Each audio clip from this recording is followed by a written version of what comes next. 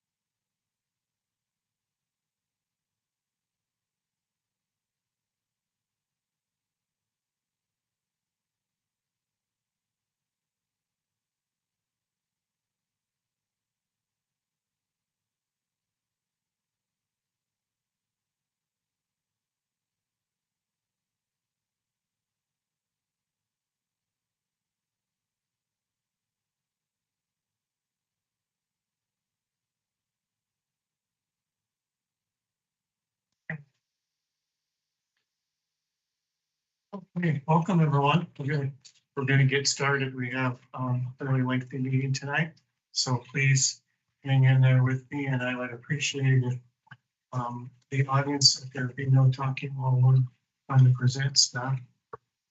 We do have public comments tonight and also 2 different public hearings that you might be interested in. Thanks for being here. All right, Bessie Joe, we're live, our microphone's on. I think our technology is working. So we are officially open.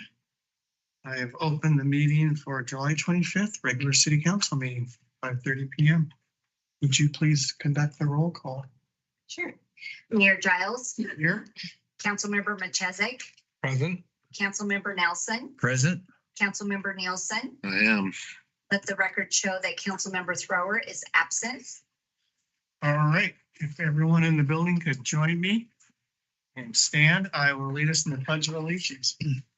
I pledge allegiance to the flag of the United States of America and to the republic for which it stands, one nation, under God, indivisible, with liberty and justice for all.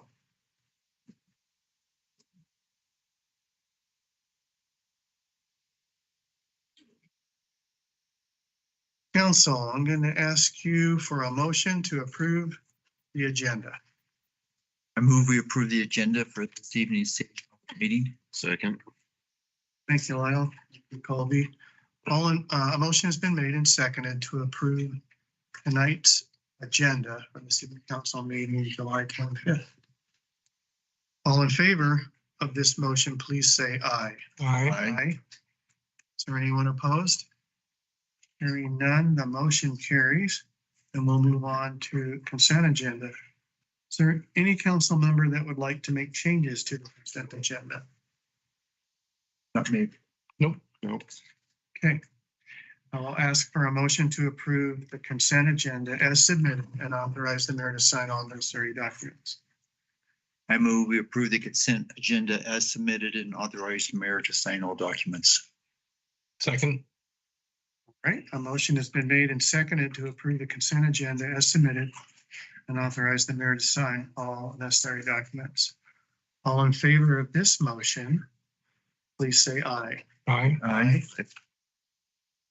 Hearing no opposition to that. That motion carries, and we'll move on to general public comment. Comments must be limited to 3 minutes. We did receive one general comment prior to the 3 p.m. cutoff. That was a written comment. And I think we have one person signed up. I think it's Scotty Davenport. Yep. Scott, you may take the floor, and you've done this before with us. It's 3 minutes. Please state your name and address, and then Up front. yeah, and then we may address. That's thanks. Scotty Davenport, McCall, Idaho. Just want to make a quick comment. I saw the short-term rental thing on the agenda. I'll just make a comment that back when Mayor Allen and Councilmember Wallace, 5 or 6 or 7 others of us, we used to get together and we'd look at these things and we'd look at the people that were already here and had their situation, and we'd look at the people that were coming in.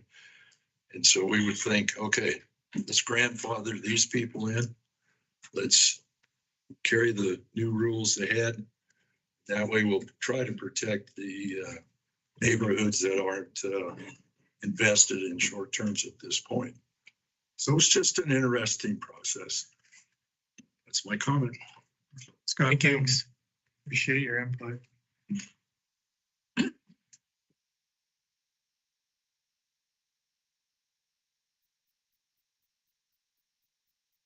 All right, the next up is our report section of the meeting tonight. We're going to hear from McCall Area Planning and Zoning Commission.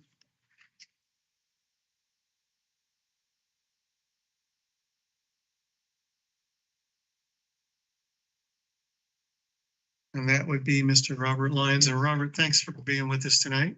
Thank you. For the record, I'm Robert Lyons at 903 Ann Street. I'm the chairman of the Planning and Zoning Commission. This year, or I should say, since the last time I gave an update, I'm pleased to say we have had no new commissioners or no turnovers for commissioners. That's the first time in quite some time we haven't had new ones throughout the year. So we've had a pretty good group and solid group for the year. During that year, we've had a total of 116 different or not so much different applications, or different items come in front of us. Some of those top items where we had 11 conditional use permits, we had 30 different design reviews, we had 15 pre-application reviews for new projects and new items coming to us. We had 13 record of surveys, 17 scenic route applications, 11 shoreline river environmental reviews. Again, for a total of, and then various other ones, but again, for a total of 116 items. We're doing 2 meetings this August, because we have quite a few items that typically come up through the summer. So trying to keep up with that. And we've seen just a little bit of everything. I'm sure you guys will see more coming through as we get them processed. Some take extensive amounts of time. Other ones seem to go through pretty quickly. And just, we're seeing a lot of interest in the area, and a lot of different ideas and growth, and you name it, we've been seeing it. So with that, I'll be open for any questions. Any questions for Robert? No, but thank you for all your service and time and effort.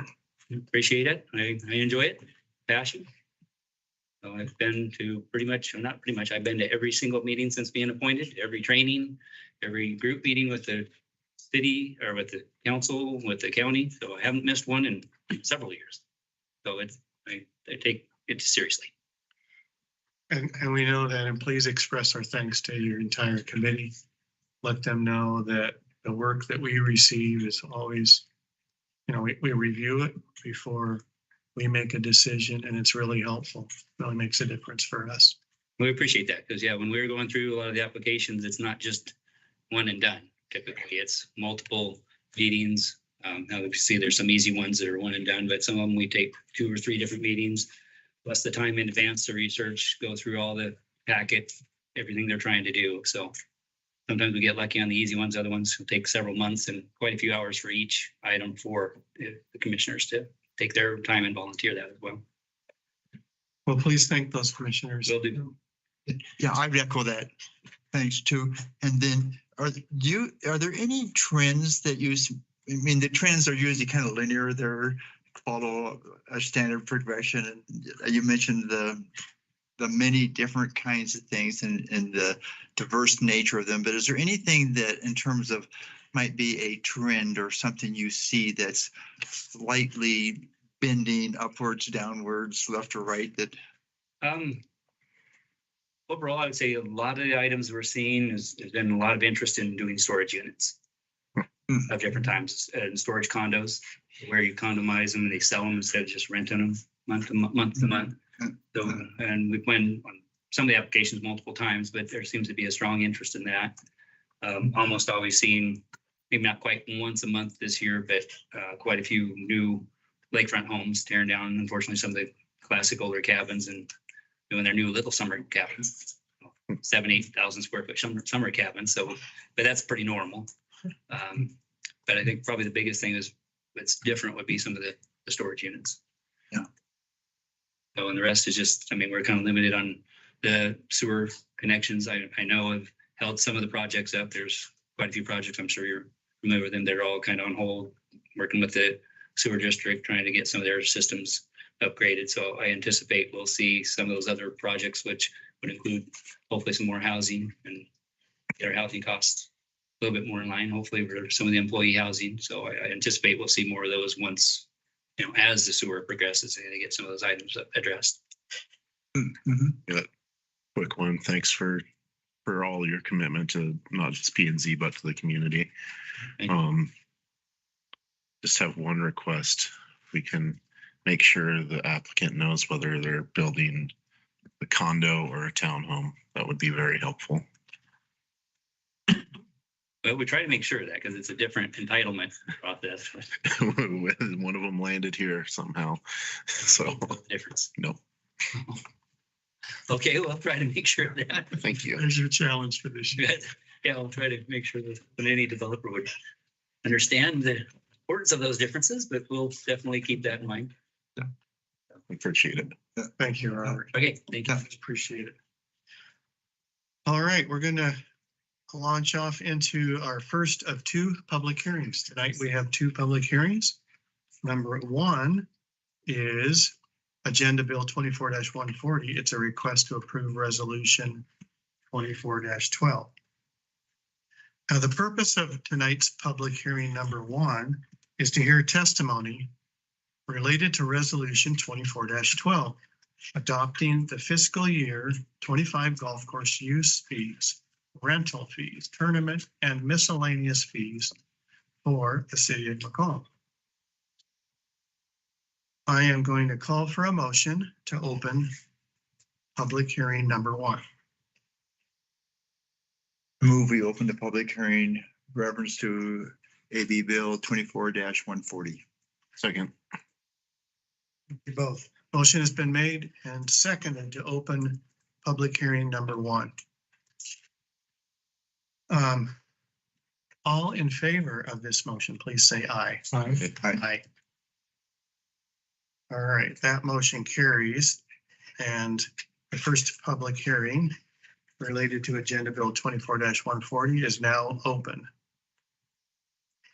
I'm going to start with a staff presentation from the McCall Municipal Golf Course Pro, David DiMartino. And David, if you could come to the front like you used to do and address us. We have read all your materials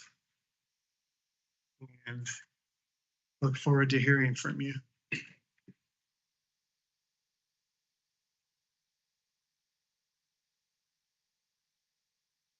Hello, everyone. David DiMartino, PGA professional at New Paltz Golf Club. Thanks, council members and Mayor Bob for having me up here. Really, when we look at the fee increase, overall, it's pretty simple. I think the long-term sustainability of our golf club is the driving force behind our fee increases for this year. Balanced budget ensures us organization's longevity. We want to serve our community for generations to come by adjusting our fees. We certainly safeguard our ability to host tournaments, maintain our great playing conditions, and plan for improvements in the master plan.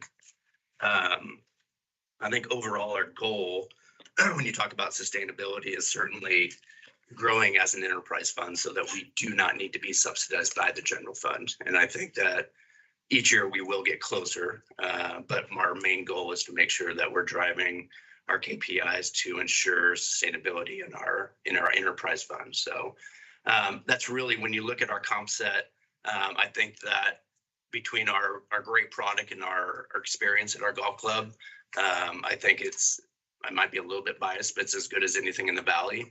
And yet we do have our fees much lower than our competitors in the market. So our golf committee worked extremely diligent in looking at all that data that we took over this last spring, brought that into consideration, and we, with their support, we came to the fee structure that we currently have in front of you guys in terms of what we'd like to do with our passes and our general fees as a whole. So.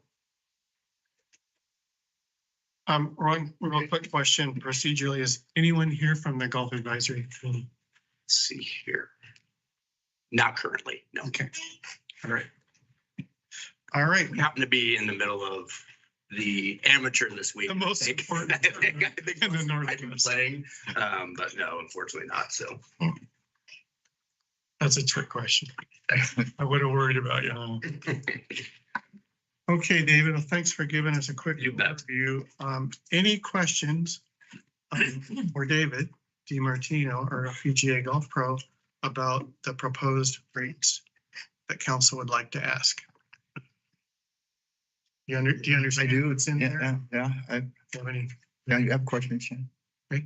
Okay, great. So, David, one question would be on, I give a lot of credibility to the Golf Advisory Council, and I want to make sure they're representing the entire constituents, okay, and particularly those fixed income, the letters we get that means I have to play less golf. And I just like to make sure that in your opinion, or that group is represented by the Golf Advisory Council. So do we have members that could kind of fit into that economic age group that are part of the?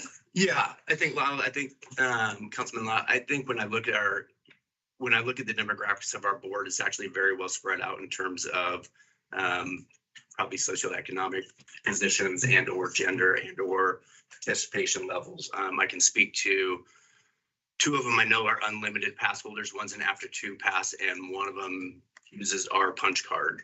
So when you look at the different options in terms of what's available out there based on affordability, I think we touch the gamut on all that in terms of the golf committee. So I think they're pretty well represented across the board in terms of our demographics. Mm-hmm. Great, thanks. Anybody else? Well, one of the questions that came up in a lot of the comments was this question of this 2 o'clock, 4 o'clock. So to me, like Lyle, I'd say I would put a lot of weight on the golf course advisory committee because they're actively engaged in it and they bring the information to us. I don't really want to bypass them because any one of them knows a lot more about golf than I do. But there's a lot of comments about it. So what are your thoughts on all those comments that we received, particularly even up until today? Yeah, I think that we looked at it hard, and the reason there's an after two pass is I would say it's probably been there for the last 15 years, right? I think golf in the early 2010 era during the recession, there was a lot of golf courses that didn't have a lot of play in that 12 to 2 to 3 range. So I think at that time they've developed this pass to perhaps fill the golf course at this time. In my estimation, after a couple of years, looking at our pass holder rounds versus our resort guest rounds, I call them, or rack rate rounds. Just for June example, our rack rate rounds were up 1,200 over last June, where our pass holder rates were pretty level. So that means that I think that the 2 o'clock pass, if it's truly was meant to be a twilight pass, if you will, or a different valued pass, I think it was probably great back in the day. However, I think we would honestly fill those positions with more of our resort guest rounds. But again, I think in the spirit of keeping it a very reasonable rate or a 5% increase, I thought moving it to 4 o'clock was a reasonable ask. I think that with during our peak season and not really getting dark until 9:30 and the accessibility of our when I look at our 2 o'clock, there's probably a good 5 to 6 groups that normally play every day after 2. Even if they went at 4, they'd probably still have the ability to finish 18 holes at a reduced rate, where we would be able to fill our 2 o'clock with different fee structures and take advantage of our inventory a little bit differently. So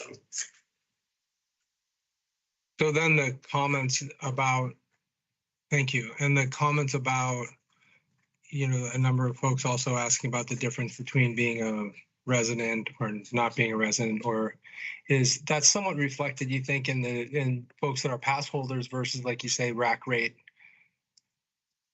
folks? So in a sense, did you have any thoughts on that? I don't know if I understand what you're saying. Okay, so there's a number of questions here that talk about or comments that people put in about the fact that some folks feel that because they live here full time that they should pay less than somebody who doesn't. Right, and I think that if you guys look at the fee structure the way we did, I did pay a lot of attention to our pass holders. I'm a big believer in our pass holder situation. So, what I did present for next year is if you are a pass holder, you're going to pay less than the rack rate. If someone would come up from Boise for a cart, for a range, you're getting an extra day. You're getting 15 days to make tee times instead of 14 days. You're getting 10% off all soft goods in the golf shop. So the perceived value, I try to add more value to their pass. Even though we're increasing it by 5%, I try to increase the value of their pass by doing these little ancillary things. So yeah, I'm a big believer in pass holders. But with that said, I'm not trying to pass. I want to make it reasonable for everybody and give everybody reasonable options based on their level of what they want to buy as far as accessibility to the golf course. But I think that's why we went with the extra added on values to the pass holders to give them something back. And to make their pass more valued. So compared to someone that wasn't a pass holder, they're actually, if you're a non-pass holder, you will pay more for a cart. You will pay more for a range. Your green fee is definitely going to be a lot more than our average green fee. So. Yeah, that helps. I guess I'm not asking because I have any. Yeah, no. Thing. I just for, and perhaps anybody that's listening, just to have further clarification and understanding, because then there was that other question too that came up of like, well, for instance, if you buy your season pass at Brundage early, you get it cheaper. Was anything like that as far as with we really didn't discuss anything like that, but again, I think down the road, I think you evolve, right? This isn't, I think something you learn every year is how to evolve be better tomorrow than you were today. So yeah, I think listening to the public and listening to our pass holders and getting guidance from certainly you guys is certainly something we can look at for sure. That sounds great. Thanks. Yeah, I like the idea of the value added stuff in there. Although it's not a huge incentive, $1 off for a 50 cents, $1 off for a cart. And my point behind that is, yes, the deltas aren't huge, which I agree, Kobe, but I think we're looking at the amount of rounds that most of our pass holder plays that will add up. Yeah. Yeah. And so the 5% increase, the money you're saving just on that will end up paying for the delta from this year's pass holder pass to next year's delta or pass. So it certainly adds up. So, I mean, we do have quite a few pass holders that actually probably play well over 100 rounds. That's a lot of golf in a season that we probably are open, at max, maybe 5 months. So, the break even, to put it in perspective, for our annual unlimited pass, I think the price is currently at $966. You're looking at our average green fee being of $57.50. So that's under 17 rounds to break even for your pass. I would imagine majority of our pass holders that have passes certainly cross that line. And then with our after 2 pass, the number is even lower. I believe it's like 12 rounds pays for your pass. So. And outside of whitetails or a season pass option available in the valley besides? There is. Meadow Creek has one, 1,600. Okay. That kind of basically parallels our unlimited. Jug does sell them. They don't limit. It's not really posted, but I believe it's north of $2,000. I was looking around. Looks like both Jug and Tamarack include carts with their. They do. And that's, I wouldn't say that's outside the norm. Some clubs do that, some don't. So when you look at the kind of the price difference between what we're proposing here and what their the current prices are, like at Jug, it really is with, if you get a cart in addition to your 18 holes or whatever, it's going to put you right pretty much the same as like Jug or Tamarack. And again, Tamarack's more. Tamarack, I can currently, I believe they're at $130 for an 18-hole green fee with cart. And again, I'm biased because I care, but I believe that our experience in our golf course is just as good as Jug. I get a lot of, just because we're a municipality doesn't mean we have to be the least expensive thing, and it's still affordable, and there are affordable options, whether you play after 5, whether it's for the kids. There are affordable options. So golf courses around the country always, whether it's public, private, or resort, the one thing that holds true is you're paying for access, right? So whether you want to play at 8 o'clock, you're probably going to pay the highest amount. If you play after 3 o'clock, 4 o'clock, or someone's twilight rate, it's probably going to be more of a preferred rate or discount. I'm not a big fan of the word discount, but I think we done a good job of digging in granularly and making sure that we have options for all people. So, and that's the beauty of our punch card as well. The punch card, even if you don't want to buy a pass, that punch card carries over from year to year, and you're basically getting a 10-card punch pass. You're still getting almost a round of golf for free if you buy that. So, and for that 2 to 4 time slot, you threw out some numbers there. Did you, I guess I'm trying to wrap my head around the, like the income difference basically of how many pass holders are playing between 2 and 4 versus how many more rounds rack. It's hard to say, I don't think anybody's going to speculate, right? I think I can look at our current influx of resort rounds guests throughout the golf course and our inventory Monday through Sunday. Pass holder wise, I would say, there's probably from 2 o'clock to 3 o'clock. I would imagine it's most of our 2 o'clock pass holders. Is it hard to say? I guess it would be safe to say, I think if we didn't have pass holders in that realm, would we sell out with rack rate people? I would venture to guess Wednesday through Sunday, there's probably a pretty good opportunity that we would sell a lot of those. Certainly Monday and Tuesday slow is very subjective to a lot of golf courses. I would say Monday and Tuesday are some of our slower days. That may not fill all those, but I certainly think there would be an opportunity for that inventory to be taken more by resort guests. So yes, at a higher rack rate. Just kind of trying to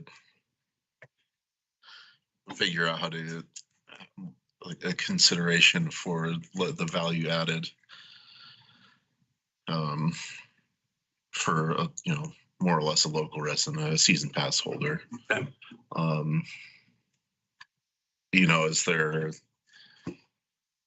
can we do like a day or 2 a week where it's your twilight pass gets you on at 2 o'clock?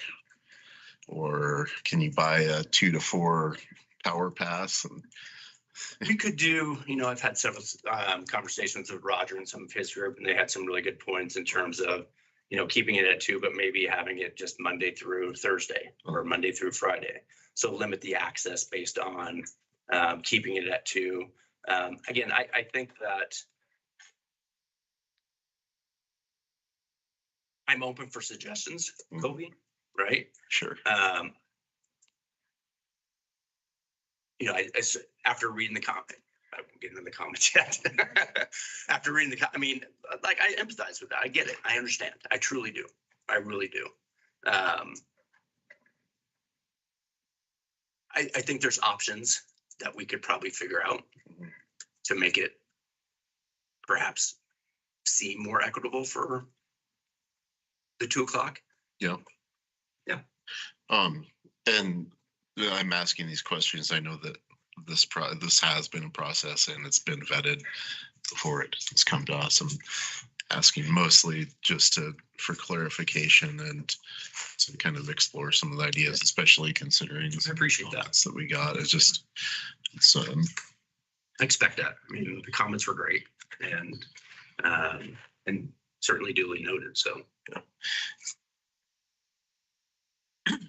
I have a couple more if you want, if you're thinking, Colby. So, I liked Mike's idea, that when you say, we look at the options and the possibilities and things come up, but the idea if you're a local, can you buy in advance for a preseason rate?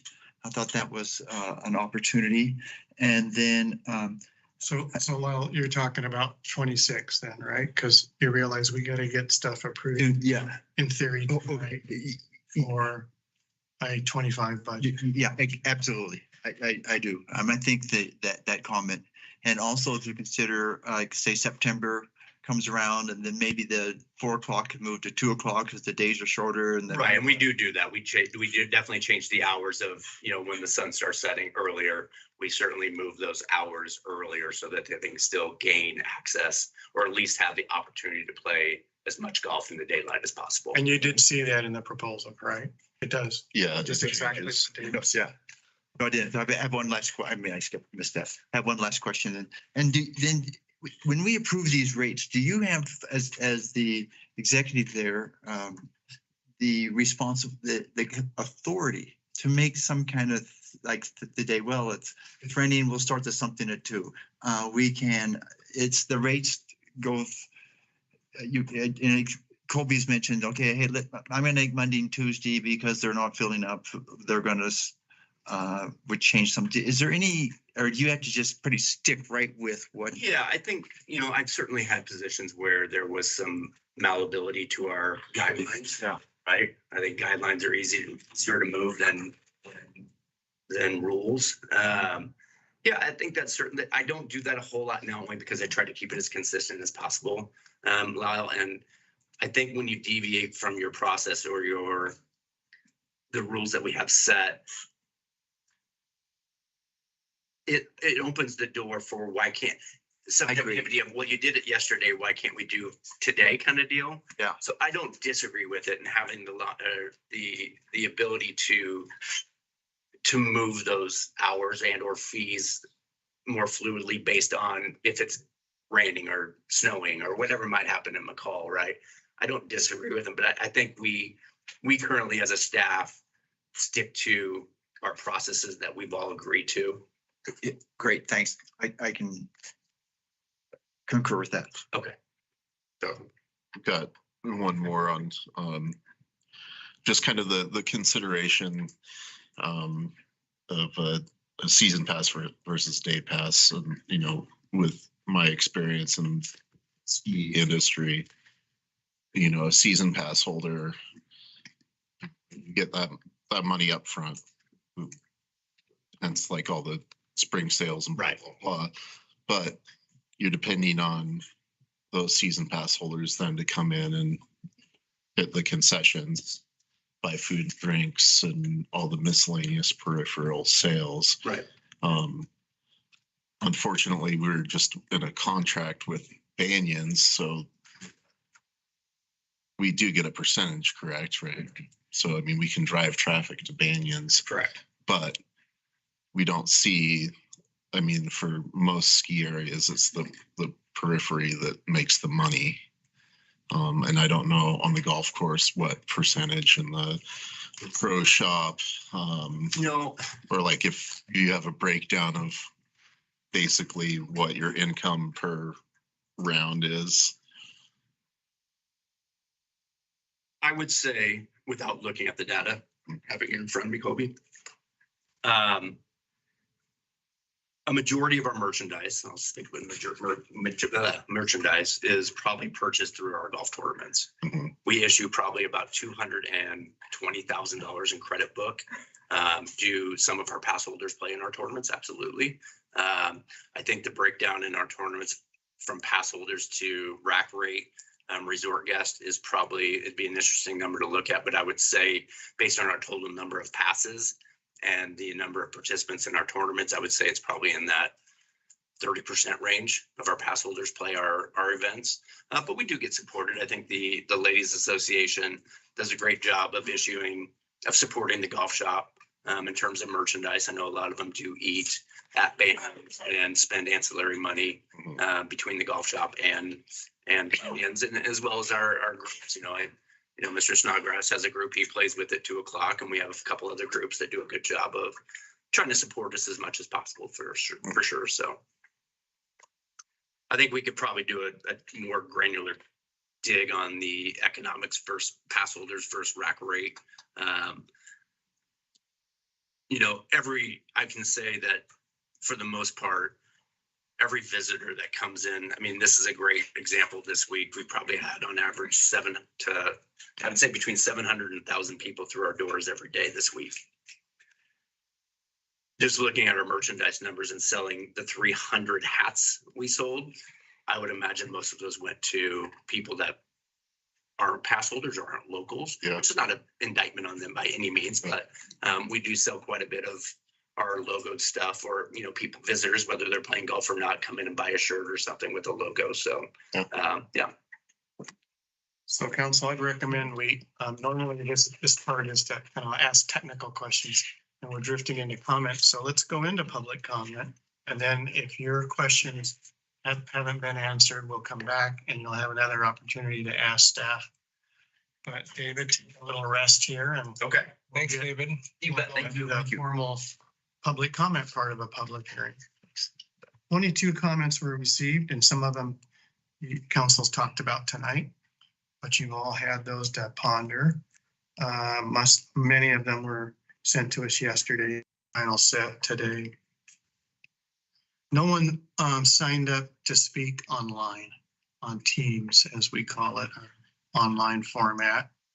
But we do have a couple of citizens here that are interested in golf and interested in this issue. I'm going to call on them. They have graciously filled out our form and signed up. And Roger Snodgrass, I know you well, and welcome to tonight's meeting. Thanks, Bob. If you could state your name and address for the record, and then address us to your thoughts. Roger Snodgrass, 205 Colorado, McCall. And my main comment is, and David just hit on it a little bit, that he was looking at, when we were talking to him, of maybe looking at moving it back from 4 to 2, which I recommend, because if you move it to 4 o'clock, you're essentially getting rid of one of the second pass. So I would ask you guys to either reinstate the 2 o'clock pass, or send it back to the Golf Advisory Committee and David, and let them work out something else to make us all the after 2 pass holders a little more happy. And the other thing I have, there are 2 golf course committee members here. Bob and I were on it years ago together. So I think the 2 o'clock pass is a fair pass. And if we get rid of the pass, it's not going to affect the bottom line. And if that's what we're looking for, the bottom line, there's a whole lot of other things we need to look at also. So, thank you. Thank you, Roger. Okay, next up is Eva Prince. That's what I was gonna guess. Thank you. Thank you.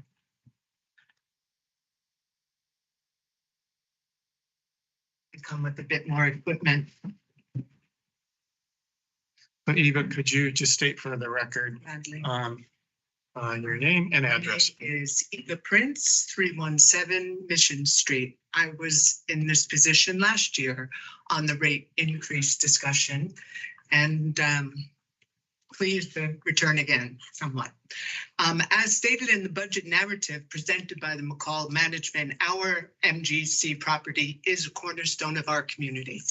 However, I do not find the proposed fee increase align with the purported commitment to inclusivity for our community. In my presentation to the council last year on the topic of fee increases, my emphasis was on getting management to acknowledge the ongoing taxpayer investment in this recreational facility. However, there was a 5% increase requested and approved. No consideration given to the economic contribution that McCall or regional residents provide on an annual basis in that fee structure. This year, the course management again requests a blanket increase. An increase to the rack rate versus pass holder discussion was held with the management last season, but a tiered approach to an increase is not noted once again in this budget request. Annual pass holders are noted to be locals who rely on this public property to keep engaged and enthusiastic about their game. Nearby offerings financially preclude us from their private or semi-private courses. We cannot go to and get an annual pass at Whitetail. I cannot get an annual pass at Jug without being a landowner.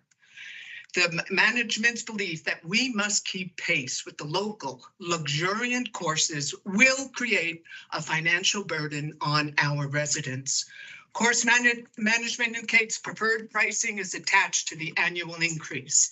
The incentive of $1 on a golf court rental, 50 cents on range ball are not offerings that indicate true customer resident appreciation. In my financial analysis, I grasp that there's planned capital projects to enhance the facilities. However, I believe there could be greater effort to match the financial realities of McCall and regional residents in a more tiered approach to rate increases. I bring to your attention, there's no senior pass rate. There is a senior pass rate. There is a senior rack rate at a nearby course. Nearby recreational facilities offer advanced discount purchase. We have no such thing. Such should certainly be explored.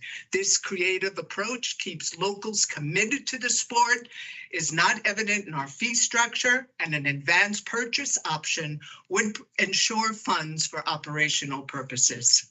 A balanced budget is a fair desire. However, I request that the council review the submitted budget items with some scrutiny and a focus on how the budget enhances the taxpayers' recreational experience. There's a $90,000 salary and wage increase request. There's $5,000 requests for staff shirts. There's $5,000 for a travel budget to go to golf shows when things can be purchased online. And there's a $15,000 request for a piece of teaching tool, a TrackMan, that warrants explanation. On behalf of my fellow recreational golfers, I ask you to work to ensure that golf at MGC remains a fulfilling part of our lives without becoming a source of financial stress. Thank you. And we do have your written comments that covered all. I have written comments. I was With just, budget analysis. yeah, I was just saying that we do, just so you know, we did receive your written. Thank you. And, Great. and generally what we try to do is, in the interest of time, is ask for new information to be added to that. But thanks for coming tonight. I appreciate your interest in addressing. All Ladies Golf Association has 110 members on our roster. We field 40 to 50 weekly. David is very good, helpful in that. He gets us tee times. We use the beautiful course wisely. I am sure you've got a lot of comments from members of our Women's Golf Association. We wanted to stay friendly and accessible. It's getting to feel burdensome. Thank you. Thank you for addressing this. Okay, that's it on comments.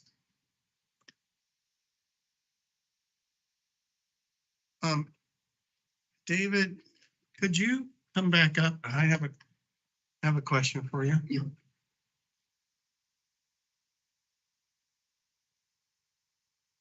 All right, the rack rate, I think you explained what that is. I did some math on your package that you sent out as part of the official package. So it was public knowledge, and also city council reviews that line by line. And I think the increase in, say you're on a Friday or a Saturday and you're playing 18 holes prime time.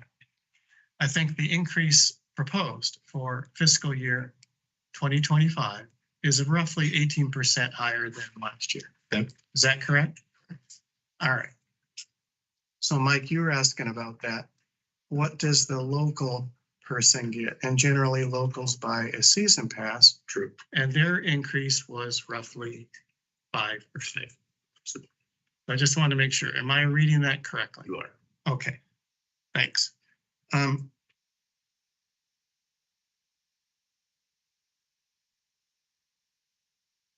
right, Steph, do you have any further questions now after hearing all the public comments? And then I will ask David to address all those.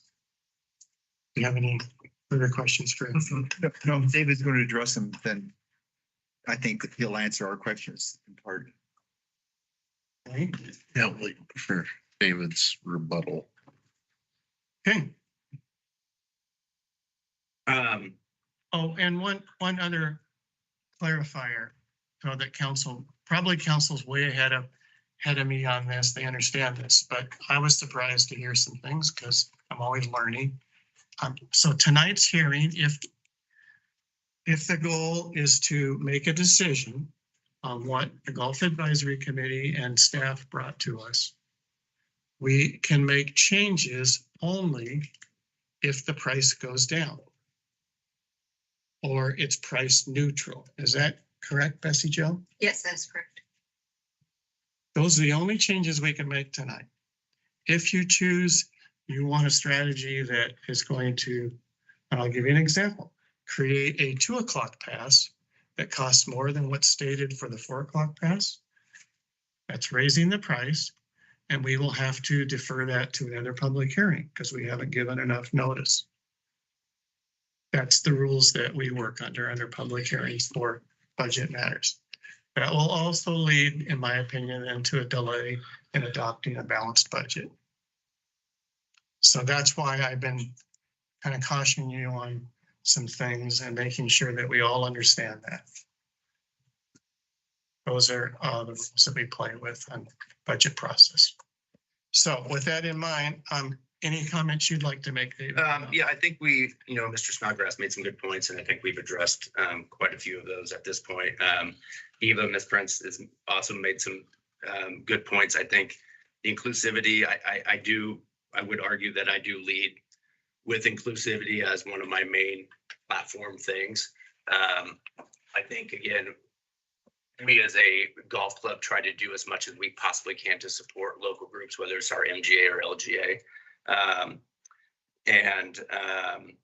In terms of some of the expenses that Ms. Prince brought up, I'm not sure, certainly the PGA show is there for us to make well thoughtful decisions based on merchandise.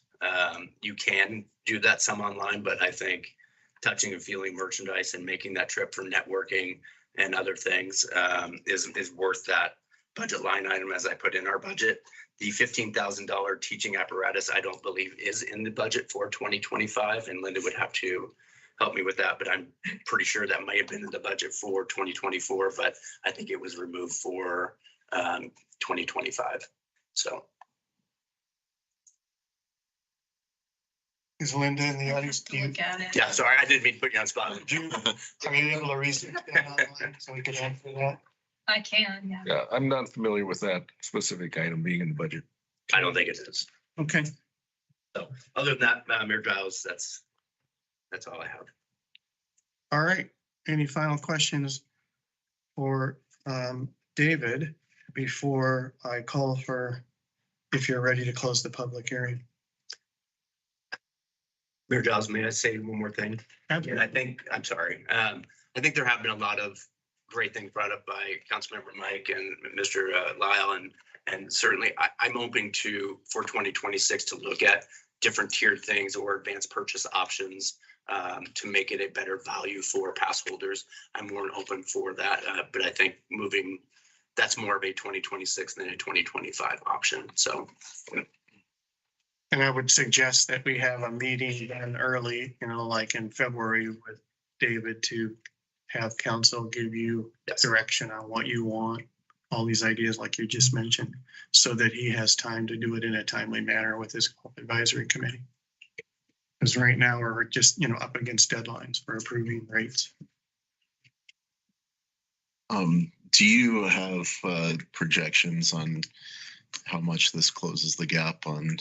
Yeah, so our lift between the tournament increases and our general fee increase is about $190,000 lift, which gets us back to a zero-based breaking even budget. However, it doesn't fund all the projects that council approved in the plan. You're What's exactly it called? our master plan. And again, that's the goal, right? To be a self-sustaining enterprise fund where we are making money to where I think we all enjoy the $500,000. Eric could probably correct me on that. The $500,000 project we've done with the teeing areas on Birch and Cedar or Birch and Aspen. We've had rave reviews from not only our locals, but a lot of our visitors, certainly this week with the amateur. So it's money well spent. And there are other projects that need to be done on a golf club that most of the golf holes have been there since 1928. We have certainly cart path issues, irrigation issues, which are big ticket items that need money to fund. So as an enterprise fund, as a business, we are there to make money to fund said projects to keep the integrity of the golf course that we currently have. So the remainder of my comment before I got cut off. Oh, I'm sorry. Cool. Is the taxpayer dollars, we're working hard to put those towards the improvements more so than just the operation. And so every year that we can continue to break even or better, we have the ability to put more money into maintaining and improving our golf course. Second one, I read and heard fixed income multiple times. Maybe we can have offer a season pass based off of the poverty guidelines, such as, the sliding scale. I think that, that could be an interesting offering that would be equitable for a lot of people. I know we can't do that this year, but a thought. Yeah, I'm with Colby too, and I think to some extent that we subsidize in some other ways. The enterprise funds has its obligations to meet, but in terms of the city, that we can certain kinds of fees that come out of the general funds or what have you to look at and say that that is a community benefit would be important to me. And then this one last point I'd make it. You look at inflation rates. We think we're going up 5% on the local rate. And, food and those kinds of things go up 5%, but the construction and certain kinds of fees have gone up like 20 or 25% 2 years in a row. So you look and say, how do we, we don't want to price people out for sure, but we're caught in a little bit of a 2-year cycle where some of these kinds of expense, like the pumping equipment and things you have to buy are 30% higher than 2 years ago. And then we're thinking how we recoup that. And so anyway, we have some work to do for 26 to say between what we can subsidize in different ways, the obligations, enterprise funds, and hopefully some of these construction fees are not inflating at the same rate so that McCall does not become the place for the rich only. a couple of years, we're just going to be storage units and vacation homes, no locals. So Yeah. at this rate, You know, but I know those. oh, Bob's getting antsy over here. Tell I can feel it. You're a smart man. So Phil, could you address a little, you had shared with me at a meeting earlier today about the gap for fiscal year 24, how much property tax money goes into the enterprise fund. Okay, you'll see tomorrow, part of the budget presentation, that this year, for fiscal year 25, we have budgeted $170,000 of general fund transfer to the golf course. That's been primarily dedicated to two specific items. One is $100,000 to acknowledge the work that the maintenance crew does in maintaining the cart paths through the winter for general public access to for walking paths. And it's been $100,000. It's been a commitment over the years that the council has directed, and that it remains in the 25 budget as well. The other $70,000 is an offset to the obligations that the golf course has committed for equipment leases. And so the general fund is covering part of that as well.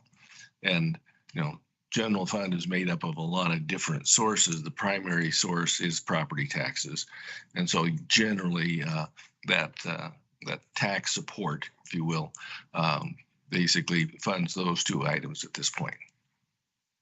And the equipment leases are the bigger equipment that Eric talks about that he needs for doing maintenance, I guess, snow removal, et cetera. Okay. All right. Okay. Staff, have you got all your, council, excuse me, have you had a chance to ask all the questions that you would like, or we generally try to get all questions asked during the public hearing before I call to close it. So if there's any other questions you have of either Phil as city manager or David as our GoPro, let's do that now.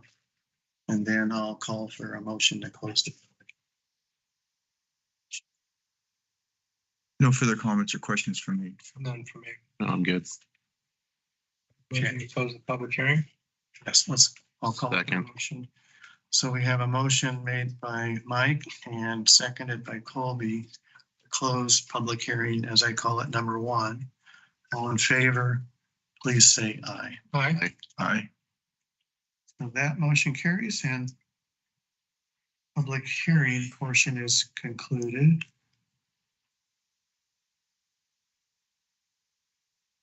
And council, it's time for us to discuss the evidence that we obtained during the public hearing and make a decision to approve or not approve or continue this decision to a later date.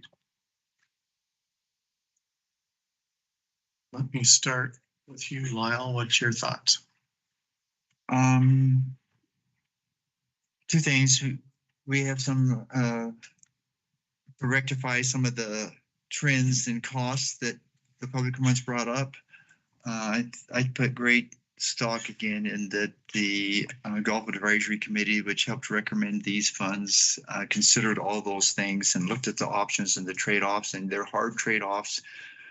We are, trying to meet our local public golf interest, and this was put forth by a public group as the best option, and I'm going to put a lot of stock into that. Okay. Mike? I'm going to trust the experts here. Defined as like the Golf Advisory Committee and David? The folks that have, What was put in your packet? that's correct. Okay. Colby? Yeah, I think that we should be coming back next winter having maybe a little more robust discussion. I know that given the brief amount of time that we've been running the golf course this way, it's hard to accurately gauge some things. But I think after this year, it might be worthwhile discussion to come back and talk about those different rate structures and pass opportunities, whether it's preseason or whatever. Yeah.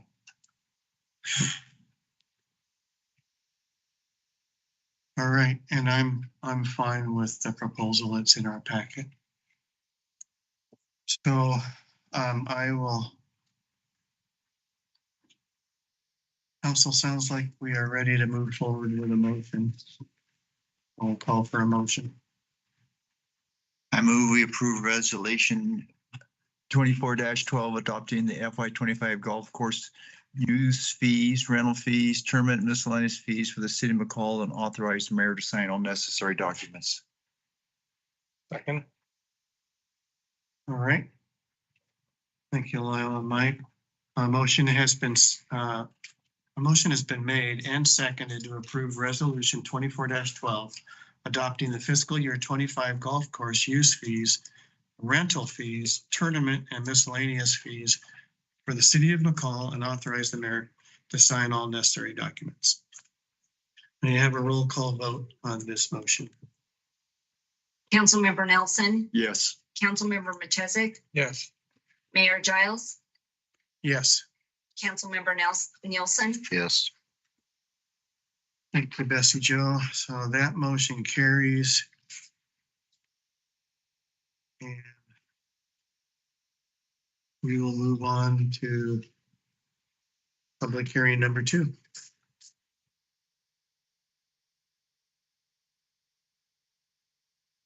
What time is it? Does anyone need a break on council? Are you all good? Good. You're all good to move on? Yeah. Okay. Public hearing number 2. This is Agenda Bill 24-139, which is a request for approval of resolution 24-11. Has to do with the city's comprehensive fee schedule. All kinds of fees. So the purpose of this public hearing, so-called hearing number 2, is to hear testimony related to resolution 24-11, adopting the city's comprehensive fee schedule reflecting updated fees for airport, the clerk's office, land use, building and building, library, and public works. So it's pretty broad, covers a lot of departments. I will call for a motion to open public hearing number 2. Move to open public hearing number 2 on our agenda tonight. Second. Thank you. Motion's been made and seconded to open public hearing number 2 on tonight's agenda. Okay, and all in favor of opening the public hearing number 2, please say aye. Aye. Aye. Okay, that motion carries. We're officially open. And staff will present.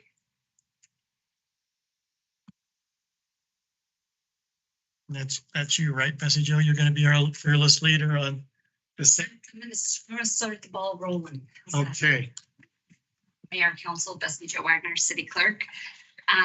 This public hearing is pursuant to Idaho Code 63-1311A. It's intended to take a look at all of our fees outside of the golf course. These fees have been evaluated by each of the departments to determine whether the fees cover that service. So there are some fees that are being recommended to increase, and there are some new fees that will be before you. So I can start with, I'll go a little bit out of order and kick the ball up with the clerk fees. As I get there, we'll keep going. We only had one increase for the clerk fees, and that was for an event fee. The large event fee went from 300 to 350. And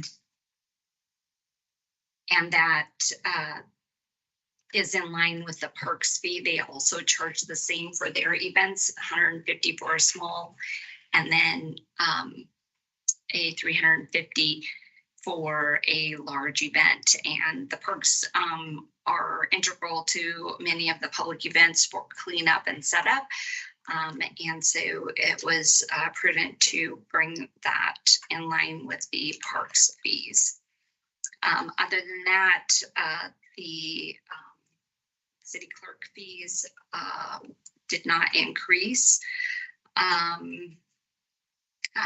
They're static to what they were last year.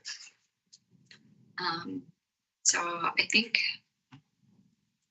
well, Emily is on if you would like to hear Emily's proposal for her fees with the airport. Any quick questions real quick for Bessie Jill in the clerk's office? Okay. Emily, can you hear me all right? This is Mayor Bob. I can. Mayor Bob, good evening. Mayor Bob and council. Could you guide us through the highlights for the airport fees? Sure. The airport fees were last adjusted in 2020 before I started this position. My first year, there was a citywide analysis of fees. I looked at the airport fees and did not feel that an increase was warranted at that time. They are quite commensurate with other airports of its type and size. But 4 years on, I thought it might be a good idea to evaluate those fees. So we did. I compared us to Driggs, Sun Valley, Caldwell, Bend, Oregon, and I believe that our fees are pretty comparable and in many cases a lot lower than many of those airports. But you've all heard about my Vector Plane Pass scheme. So the biggest thing that's happening is we're actually going to start collecting fees. The fees only went up at the most by $3 per weight class of type of aircraft. I am charging for helicopters landing and parking for the first time. So the fees have not gone up. The fuel flow fees remain the same. The rate per square foot to lease a hangar went up 3%. So it's 0.322 from 0.3127. So yeah, mainly I'm excited about collecting fees that we have been owed all this time. We just haven't collected. Excuse me. Does anyone have any questions? I do. think just Lyle's got a question, and thanks for bringing us Vector Pass. That technology sounds wonderful, and it includes collecting fees for their landing plus their parking for those aircraft. Exactly. Yes, you approved tonight on the consent agenda the addition of, they did a change order to our original contract, so now we are collecting parking fees as well. That will start October 1. Well, but we have been collecting landing fees since July 1. Thank you, Emily. All right, Lyle, your question. Okay, just an observation and wondering which way this would go in the future. I look at the landing fees and they seem incredibly inexpensive. And you know that if I read this right, I mean, essentially small planes are free, and then it goes up to where it's as low as $3.25 per landing fee. And yet when we launch a boat at the boat ramp, it's substantially more. It just seems to me. It's actually, I'm sorry to interrupt, go ahead. council member. No, It's actually per thousand pounds. So it's $3.25 per 1,000 pounds. That's our heaviest weight class that we charge for. Yeah. So, okay, but thanks. I'm honestly, the average, I mean, it all seemed too good to be true. So I just divided, they told me the gross would be $378,000. So I divided that by 46,000 flights per year, which is about roughly what we get. And the average is like $8. I mean, it's hardly any money per aircraft that's landing, but it really, really adds up. So I'm excited to make it happen. Yeah, my oversight is per 1,000 pounds. I got it. Right. It's still a bargain though. It's Yeah. still quite a bargain, I think. But at least it isn't, it's comparable to say boat launch fees or something else. Okay, I'm sorry. Good enough. Thank you. Sorry to interrupt. Okay. I might think- add also that I did add a new fee. So for many years, we have had a city code that requires APU, auxiliary power unit, usage to last no longer than 30 minutes. And there was kind of a amorphous sort of threat of a fee. So I decided to make the fee $100 per 10 minutes. Collecting this fee could be rather onerous. I will have to notify Vector that somebody went over and how much they owe us, and they will send them a fee noted as other in their system. My main goal in this case is not to actually collect the fees, but to educate the jet pilots and the jet crews that we don't want planes just idling on deck at our airport. We don't want the pollution and we don't want the noise. That's my big thing. So, and it's already working. We've been telling them, and so they're actually shutting down or moving away really quickly. So I hope it works. I'm sure it will work. That's a great plan. Why is jet parking so cheap?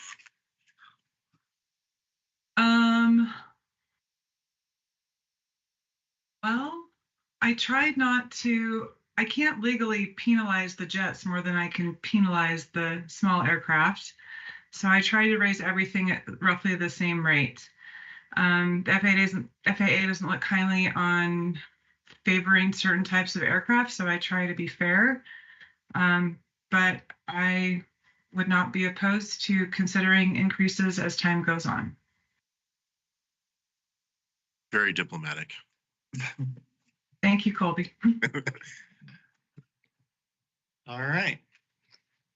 Should we move on to another department and then we'll do public comments? I think community and economic development is next. Thank you, Brian.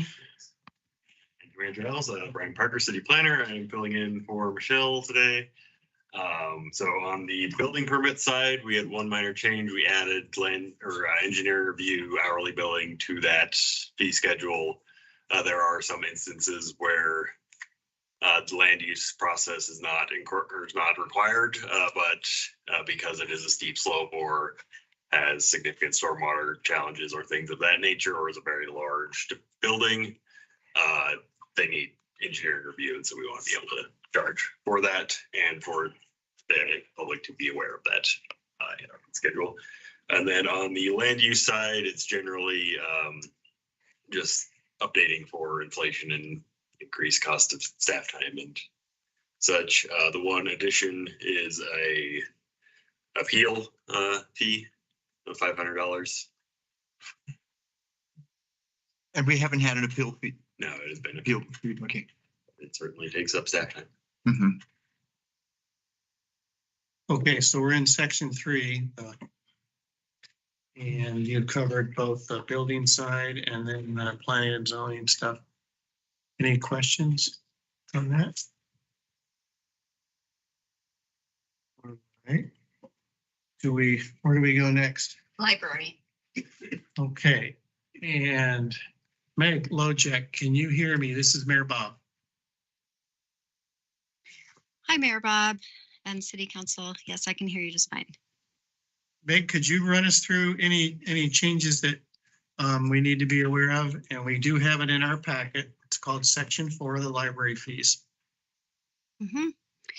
Yes, I'd be happy to. So the only change this time around for library is we're adding the cost to recoup our costs for use of the 3D printer. So all of the other assessed fees remain the same. I think they're good. No changes other than we're charging it's 25 cents for 15 minutes or $1 for an hour. And the software that we use for the 3D printer keeps track of that, and then we can charge people accordingly. So that's pretty straightforward and simple. Are there any questions for me about that? I think we're all good. Good. Okay. Stay on the line. If someone thinks of a question 5 minutes from now, we'll come back to you then. We'll move on to the next. Okay. Thank you, Meg. Thank you. Parks fees, they didn't have any changes. No changes to the parks? Okay. You can skip over that, section 5. And then recreation, the same. There are no changes there? Correct. Okay. Police department. I believe there wasn't any changes for the police department either. Okay. Public works, section 8. We have Morgan here. Hey, Morgan, thanks for coming tonight. And could you highlight any changes compared to last year that are proposed for public works for fees? I can do that. Morgan Stroud, staff engineer, filling in for Nathan Stewart tonight. So there were changes. We have one new fee on our schedule. It is a road closure permit. We looked at all of our tasks and compiled the average time that it takes us to perform a road closure, took the amount of work and how much equipment it takes, and that is how we got to our fee. All of our other fees are the same, and they're just being increased with our current wages and our current cost of equipment and other items that we use to complete these tasks. Great. Any questions about that change? No. All right. Can you stick around with us in case there's some questions that come up after the public comment? Yep. Thank you. The next fees are convenience fees, and there's been no changes at this time for them. For convenience fees. Oh, and that's on section 9, convenience fees, it's labeled. Yeah, no changes there? No changes. Okay, thank you. All right, well, we have not received any written comments. Is that correct? That's correct. And no one has signed up to talk to us about these fees. That is teams. And anyone sign up on the general sign up there? Nope. This hearing? Okay. Well, that makes it easy to rebut, huh? Okay. All right. Well, any last questions you'd like to ask any of our staff that are here tonight on any of these fees before I ask you if you want to close the public hearing? Number 2. None for me. None for me. Good. Colby, you're good? Yeah. I'm good. All right. So it appears it's time to make a motion to close the public hearing number 2. I move we close public hearing number 2. Second. Motion has been made and seconded to close public hearing number 2. All in favor of this motion, please say aye. Aye. Aye. Right. The public hearing is closed. And it is time for us to deliberate. My sense is that council is ready to move forward to a motion. Do you agree, Lyle? I'm ready. Mike? I'm ready, and Colby, you ready? All my burning questions have been answered. Are you sure? Yep. Okay. All right. All right. Would you make a motion then, please? I move we approve resolution, make sure I'm on the right one. Resolution 24-11 adopting the city's comprehensive fee schedule reflecting updated fees for airport, clerk, land use, building, library, and public works, and authorize the mayor to sign all necessary documents. Is there a second? Well, we got the second. All right. Motion has been made and seconded to approve resolution 24-11 adopting the city's comprehensive fee schedule reflecting updated fees for airport, clerk, land use, building, library, and public works, and authorize the mayor to sign all necessary documents. I have a roll call vote on this motion. Councilmember Nielsen, Yes. Councilmember Nelson, Yes. Mayor Giles, Yes. Councilmember Manchese, Yes. All right, that motion carries. Good job, everyone. Thank you, staff, for answering our questions and being here tonight or online to help us with that. An important part of getting our budget ready to balance and be approved in fiscal year 25. So thank you again. We're going to move into the business agenda, and we have an opportunity to apply for a grant, and our economic development planner, Delta James, is going to present to us. This is Agenda Bill 24-144. Good evening, Mayor, Council. I'm Delta James, Economic Development Planner. And yes, this is a request for approval to submit a grant application to the National Endowment for the Arts under their Our Town Grant Program. This is a grant program that provides funding for projects in the arts that integrate the arts, culture, and design into local efforts and focus on community engagement. The grant request would be for $35,000. It must be matched 1-to-1 with local funding. So in your FY25 requested budget is $15,000 under the public line item to provide match in next fiscal year. And then it would go into the FY26 budget year as well with an additional match requirement if we are awarded. It is a nationally competitive grant award, but the project would total $70,000, and the goal of the project would be to provide an arts and culture plan for Riverfront Park. Your comprehensive plan, as adopted, states a goal to honor the strong sense and pride of the city's history and heritage throughout McCall. And it also has a goal to celebrate the culture of McCall and creativity through the residents through public art. Your adopted public art plans also identifies Riverfront Park as an opportunity and a strong site for artwork by Indigenous artists. And last year, when you adopted the Parks, Recreation, and Open Space Plan, it included a concept plan for the lower bench of Riverfront Park, which included cultural aspects, specifically highlighting the Indigenous peoples that have a past and current relationship with that site. And it directly states in the PROS plan that during site design efforts, the city of McCall would seek to engage and represent the past, present, and future use of the site by Indigenous peoples in the park amenities.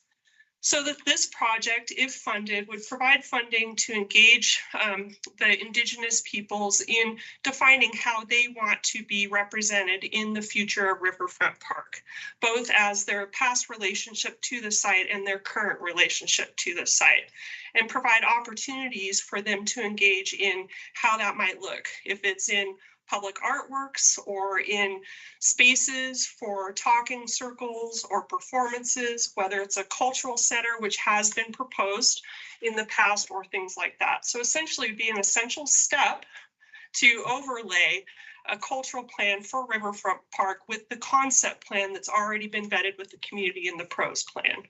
It's very similar to what the redevelopment agency partnered with the city to do for Brown Park when it was being conceived, in that included the involvement of an artist and a cultural planner to look at public art opportunities within Brown Park and the surrounding area, and ultimately resulted in the Mill Whistle project.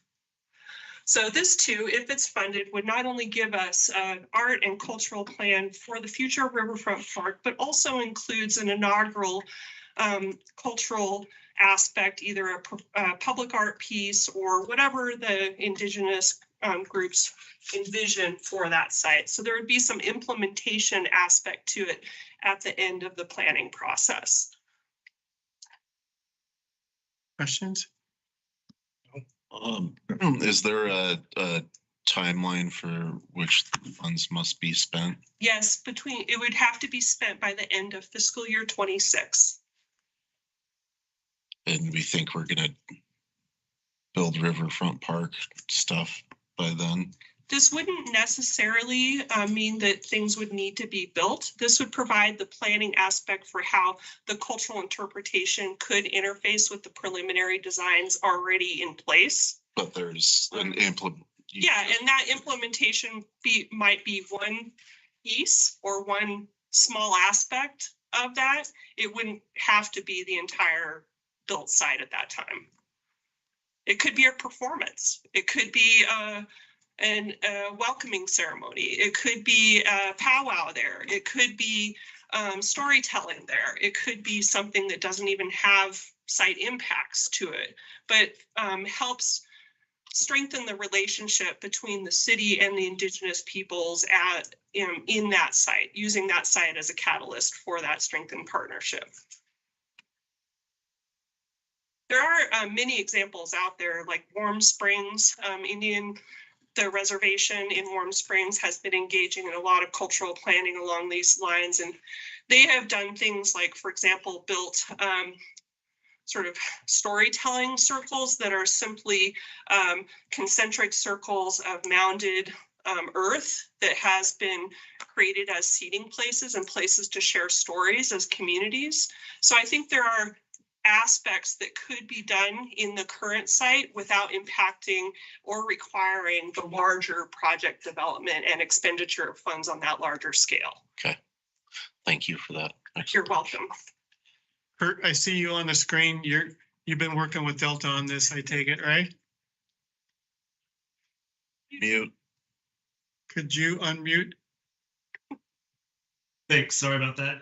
Correct, Mayor Bob, members of the council.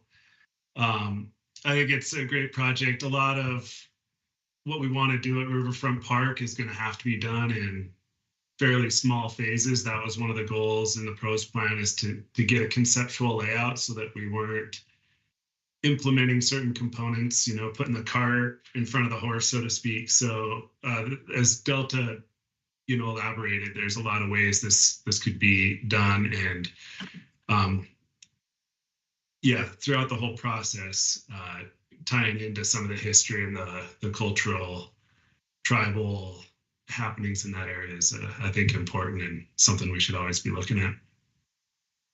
Thanks for your perspective. That was a really good question that Colby asked, just to make sure we're all on the same page on that. So thank you. And Delta, thanks for explaining that. Sure.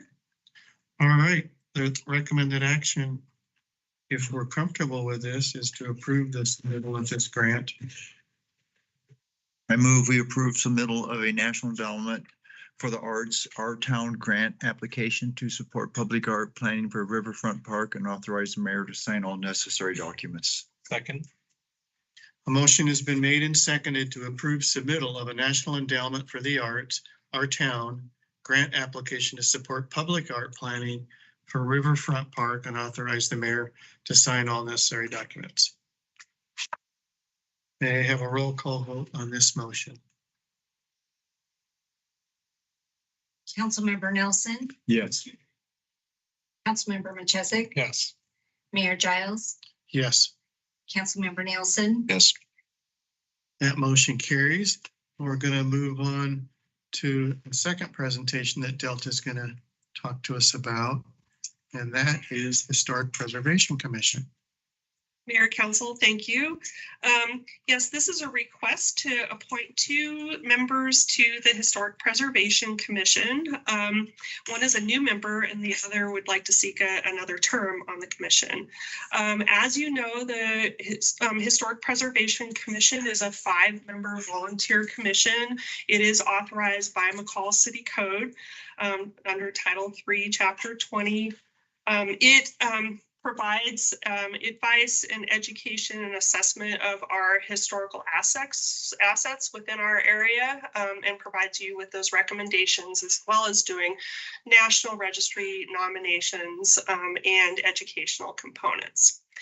There have been 2 long-term members of the commission whose terms have recently expired.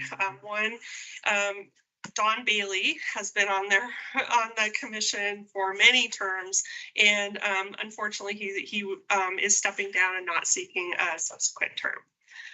Terry Smith has served 2 3-year terms on the commission and is requesting a third.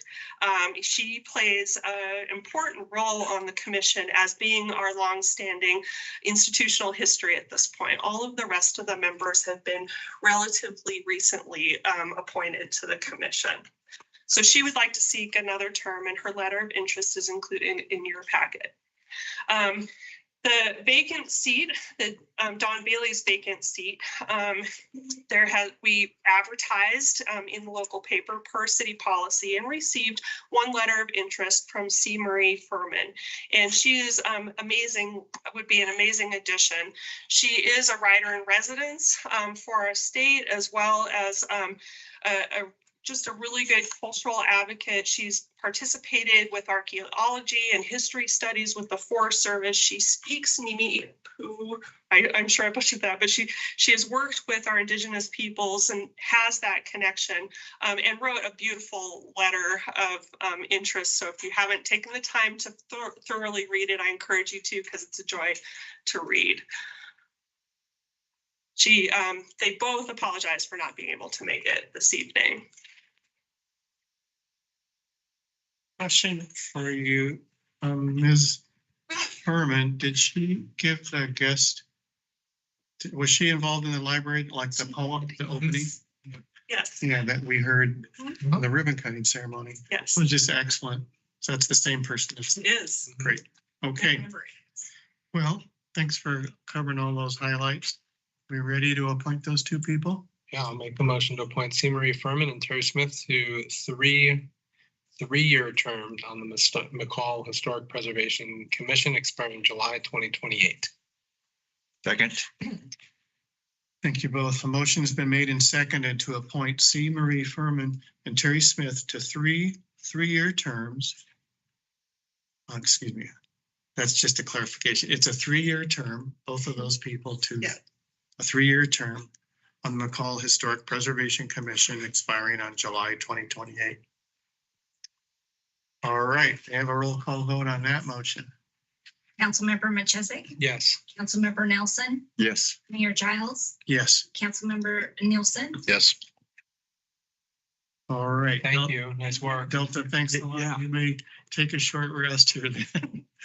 I think Brian's going to lead us on the next item. He is our city planner and going to talk to us about administrative actions dealing with short-term rentals.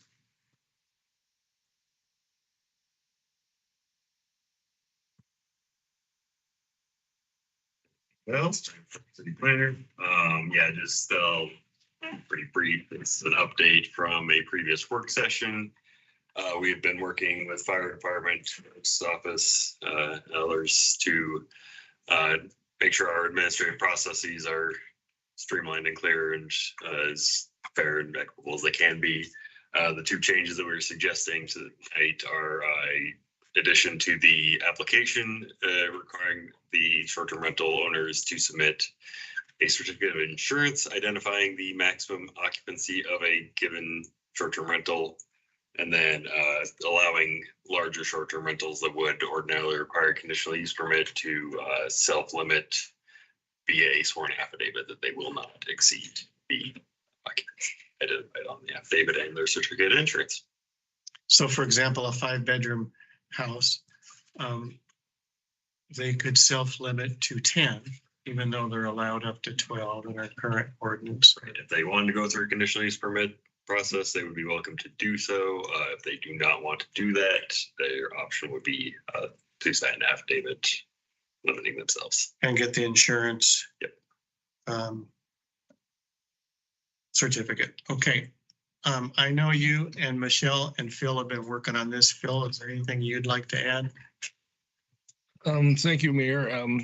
Not really. I think basically at your request, early after my arrival, you asked us to kind of take this opportunity after a year's experience in the administration of the ordinance that you passed a year or so ago, and see if there were any improvements that we might suggest either in the form of modifications to the ordinance itself or in the way that we approach the administration of it. There's been some difficulties, I think, in the way we were dealing with and trying to define what that maximum occupancy capacity was.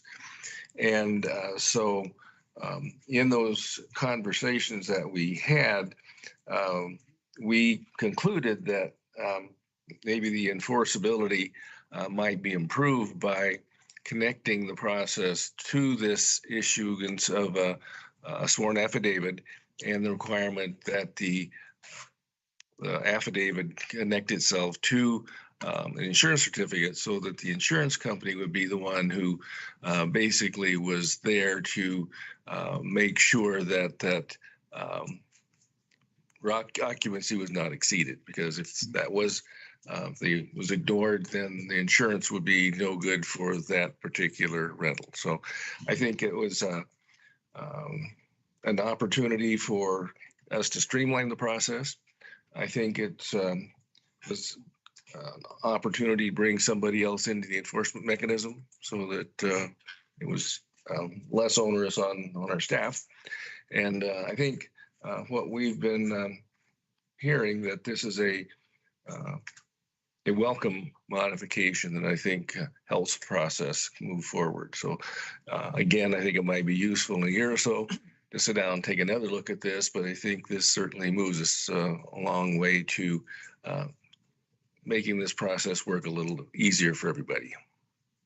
Thanks. And the reason I asked Phil when he came in as our interim to look into this is, you remember last February or March, there was a bill introduced that did not get, it got out of committee, but it didn't get sent to the floor to vote on. And that would have severely limited our ability to have any rules in place like we have now for short-term rentals. And Chairman Clow of that House committee asked each city in the mainly a resort city coalition types of cities to work with their realtors and property managers. So this is part of that process. Done an internal reflection of what we could change to try to meet some of the needs of short-term rental folks as well as property managers. And we got feedback from one realtor, that's Kelly Hill. She was at her last meeting, the work session.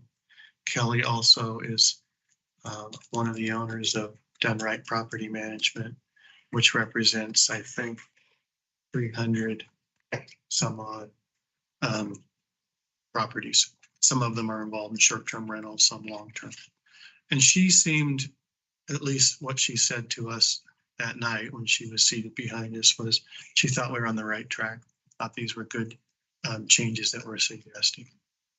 So that's a little background. And then every month we report in, Phil and I, to the Resort City Coalition and our lobbyist group, who is part of a very small committee that Chairman Clow has assembled, a very select group of lobbyists and others to influence what kind of legislation, if any, will be introduced next year.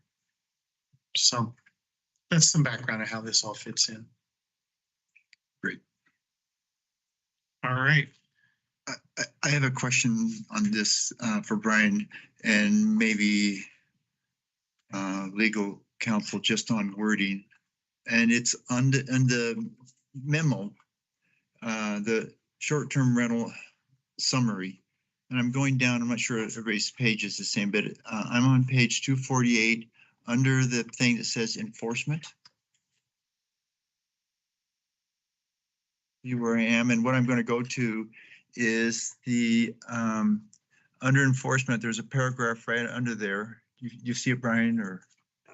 I am not in the agenda bill or the. Oh, on the it's not in the agenda bill. It's on the short-term rental program reviews, Title 2, 3, and 4. The summary. And there it says enforcement. At the bottom of page 2. Yeah, I'm sorry. There you go. That's it. Okay, great. Yeah, bottom of page 2. So in that first paragraph, you go that paragraph that begins another component of the short-term rental program. And down in that paragraph, and I'm going to read section B. It says for a second violation of the same offense within a 12-month period of the date of the first offense, a misdemeanor fine in an amount not to exceed $750 and the suspension of the permit for a term of 2 years. And I'm looking at that and I read it. So we have we can do a fine up to $750, but the wording says, and the suspension of the permit.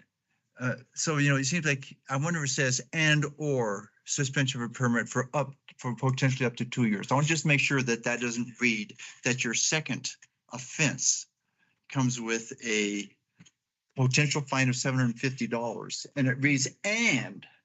So is that the way you want it to be? So your second offense is. That is the way it reads in the code. That's not a change. That's not a change. That's a testing statute. And is that our intent? Because I look and think that some violation could be somewhat minor or somewhat interpretation, and yet they're going to lose their license for 2 years. It's the second violation of the same. Yeah, of the same. Yeah. They get, so if I may. Yeah, please. Councilmember Nelson, our process is that when we receive a complaint or we're notified of a violation, we give them an opportunity to cure that. Right. So we, Amanda contacts them and says, hey, we received a complaint and what have you done to fix it? And so a lot of onus is on the complainant. They have to be able to provide documentation of the violation. They can't just call and say, hey, these guys are being really noisy. Well, what have you witnessed? You know, we need information, or we have too many cars here, or it's over occupancy, or whatever the violation is, they need to be able to provide us with some kind of documentation. And then they need to make sure that they've called the contact person so that they have an opportunity to fix that violation. Mm-hmm. And so it's a really quite a process to even get a violation. So so if somebody calls and there is a violation and they call that contact person and they correct it, the cars leave and they're no longer over occupancy, then they don't receive an actual There's no fine. That's like strike one. So Yeah. they get an opportunity to fix that. Now, if we have somebody that is that we have proof, they have a parking violation, they are not fixing it, then they get a fine. And then if they get a second one, then it goes to the $750 fine and the suspension of the permit. And at the time when we went through this process for this code amendment, the council really wanted it to be such that it meant something, that the penalty was such that it was meaningful to the person receiving it. We have had historically short-term rentals and businesses violate the law because the penalty was so small that they just paid the penalty and continued with their violation. So this was intended to be enough that it meant something that they would indeed correct that violation. And no one's got strike 3 yet. Is that correct? That's correct. We have not had to go to And- strike 2. And over 300 and some odd. Yeah, so I get it. I think, but you look at strike 2 in my mind, as I'm reading this, you can lose your permit for 2 years. So you don't remedy that. So you remedy that. You get a complaint and you're golden. You are really doing a great job. And then some renter at your short-term rental, where you're only allowed to have 5 cars, has 7. But you haven't had that issue at all. You've done really good. And it looks to me like we tied our hands, that they're legitimate. But they have an opportunity to remedy. So their contact person is called and says, hey, you're over the amount of cars allowed. And so they have an opportunity to remedy it Okay, great. before they're fined. Okay, just, So they have to screw up really bad yeah, 2 times in a row. yeah. But And- you have a chance to, Month period. yeah, I didn't get it. You have a chance to remedy the second also. So you could, because without that chance, that would be, to my mind, put us in a, The fact that we've never revoked a person's permit yeah, tells me, and we've been dealing with over 300 of these. At one time, we're dealing with 400. Mhm. So I think we've been pretty balanced. yeah. No, me too. I just want to make sure our hands weren't tied. That have an unintentional consequence. I have Okay. I have a question regarding the occupancy enforcement. Is it's following the same set of rules here? Does the insurance company get notified of over occupancy? Yeah, that's why we asked for the certificate of insurance, so we know who the insurance company is. And then at that point, that's who we would notify in addition to the people who own the property. So at what point would we notify the insurance company? I guess probably, Point that they have violated their occupancy and that they haven't corrected it. So first strike. Well, I guess we can determine that. You know, I mean, like I've said before, I don't trust a single short-term rental owner to self-police themselves in any way. And if it's so difficult to enforce an over occupancy limit, then what's the point, you know? I think it's just an easy way for them to subvert the process of getting a CUP.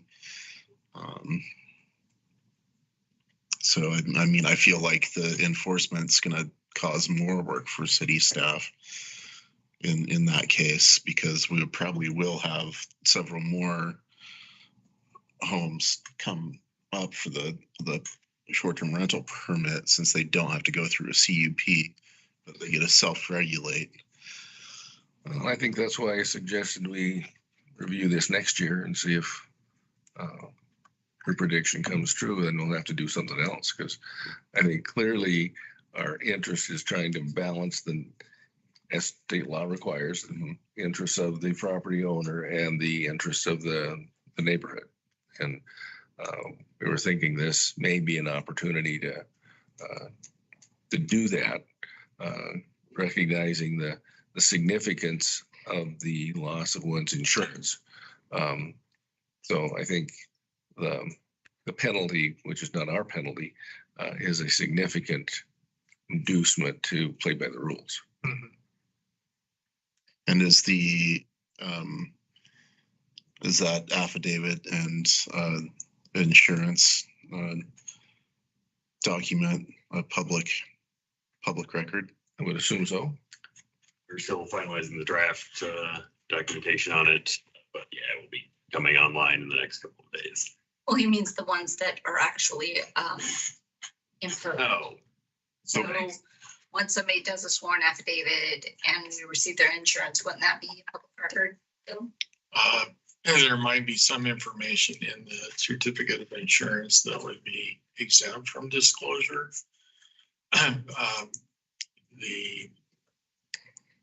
Probably the base information would not.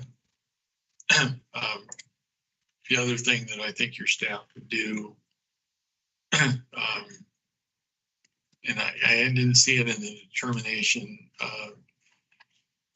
could include in the affidavit that the property would not be advertised or marketed at a different occupancy than what is stated in the affidavit, as a means of being able to try to keep a lid on the numbers, and then also it'd be an easier way to self-check.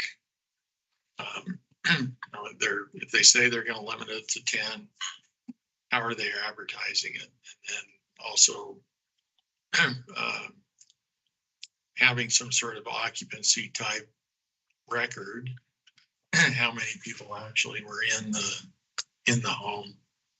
You go to the hotel, you got to sign in and show them your ID and how many people are going to be in the room. And so it'd be a sort of potential treatment that you might have that as a means of encouraging the self-regulation according to what they self-limit.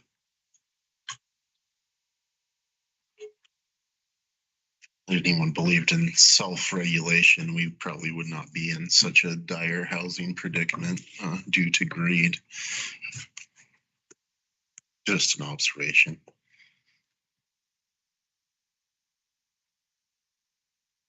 Well, I think the fact that I like what we have online that shows the occupancy. You know the occupancy of your neighbor's house. You can look it up and you can say, my God, they're having a heck of a party. And you're concerned, you can just go online, you just get onto the city website and you click on the short-term rental database, it pulls up the spreadsheet, and then you know how many people are supposed to be there. And if it exceeds that, then somebody can report that. And that gives the neighbors an opportunity by having all that information. I'm not sure that we need to try to be making some kind of people's insurance certificates public. But the fact that we're requiring it in order to get your permit gets their attention. I think. Absolutely, absolutely. I think it's clear. So, well, if the insurance company is regulating it, then it's out of our hands. I think it's by the state law, since we wouldn't be regulating it. So we should let the neighbors call the insurance company. Well, there's some details we got to figure out with legal advice on that, but it affects, that's a violation. Of? Well, we just talked about violations, right? So am I missing something on the violations? If somebody has a violation, meaning that would be a violation. If somebody has signed affidavit for a maximum number of, 9 people in their 6-bedroom house, then if somebody complains and shows them, we go into that process, we're going into that violation process. We're talking, it's actually a misdemeanor offense on the second go around. So if they continue to do it, because I encountered even in my day job, I'll be looking at a house and then I look it up for my client who wants to know, so they've been short-term rentaling it, and look it up and it says that it's got 16. I know how many have been approved for larger conditional use permit short-term rentals. And that one's not on the list. I mean, anybody can look that stuff up. It's not hard. And so with having the fact that I think this was all done by your office, right? Yes, Joe, to have these numbers in there, it's pretty clear and helpful. And then the fact that they've got that, we've got a copy of their insurance. I thought that was a great idea, Phil. So there's accountability on with their city, the fines, losing their short-term rental permit, which they've already invested in. But how do we enforce it? That's my question. Because as Bessie Joe explained, it's a very challenging process to actually enforce these, hence the 0 revocations of any permits, licenses. we have fined several of them. We just haven't had the second one that would We haven't be, gotten to the second one. we haven't gotten the second one that would be egregious enough to. And so would we notify the insurance company after that first offense? If they can, if they can't prove that. If in addition to the fine, I mean, if they get to the point where they are being fined, it seems like it makes sense. But So Bill's, I think it depends on what the nature of the violation is. If the violation is related to occupancy, the insurance is tied to the occupancy. Given the value of the improvements on real estate up here, the potential loss of your insurance huge. Yeah, is a significant incentive to play by the rules. So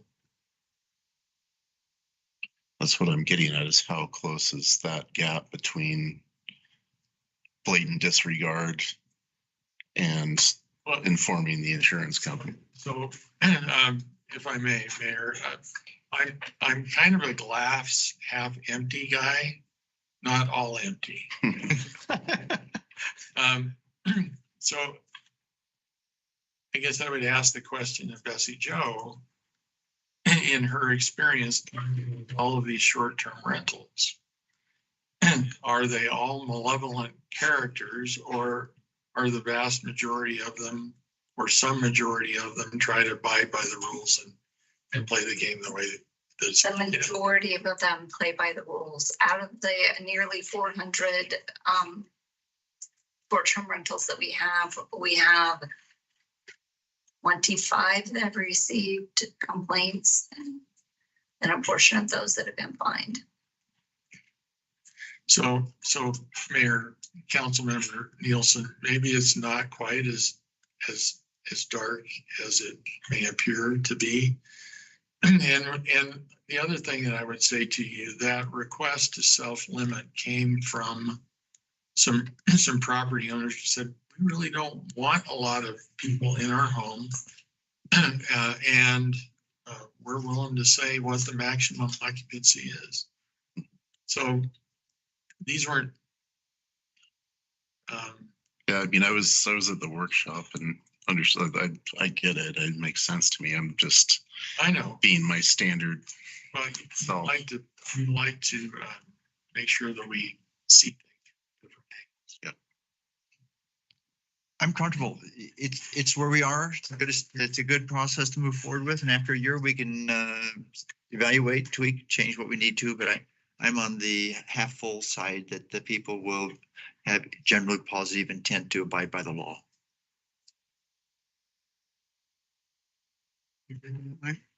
I think it's a great plan. I think it solves a lot of issues. I wasn't in favor of the prior plan. I think this is a great solution. The prior idea that people need to render their houses doing interior remodeling in order to do that, I don't think was good. And I think this is a great solution. I trust the people on it. I'm listening to our community. I don't favor the large short-term rentals. I don't favor accepting those CUPs. We've set a bit of a precedence there, but nonetheless, for this, I think it's a great option. I own a 6-bedroom house. I only want to rent it to 8 people. Please let me do it without me having to completely do all this work to make these rooms inoperable as these rooms, which ultimately, as we heard from the fire department, makes them unsafe. Somebody does use them. So I think it's a phenomenal thing, and I trust people that they're gonna do the right thing. And if they don't, they're gonna get caught, and then we're gonna fine them. So I just don't see anything but a great solution here, which I think was thanks to Phil. And there's no perfect solution, but I think this is a step forward. Yeah. I do have strong feelings on it, but Mayor, I have to listen to people over the years. If I could, we would like to still be able to maybe tweak the language and the determination a little bit to make sure that it's perfectly clear. And hopefully it's my last thing on this. And the reason the occupancy limitation on insurance is such a strong incentive is you don't want somebody to get hurt on your property.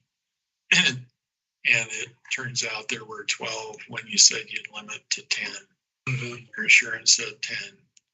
Yeah, there's a huge incentive for a property owner to not have an uninsured event or have an insurance company say, wait a minute, you violated your maximum occupancy and we're not going to cover that claim for the gas fireplace that exploded.